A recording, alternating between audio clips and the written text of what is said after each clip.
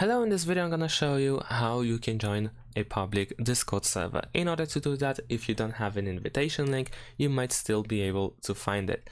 Let's go to the left side and click on this icon over here where we can explore public servers. Now, immediately you can find a bunch of different servers related to, let's say, games, AI, memes, and so on and so forth.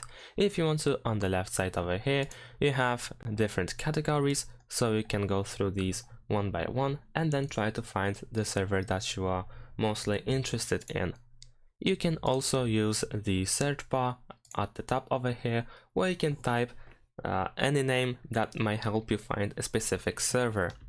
Let's say I'm gonna type The Weeknd, and as you can see I have found a bunch of different servers that might or might not be related to the specific thing that I'm trying to find. So for instance, over here I have this server, I can click on it and then I will pretty much join almost immediately. Over here I will find a information about the server. I can just click, I'll just look around for now, but if you go through the rules and so on and so forth, at the top you can click join the server. So let's click that, and now we can also complete the joining process by pressing the complete button over here at the bottom or at the top, and they mostly involve rules, so we have to agree to the rules and then submit.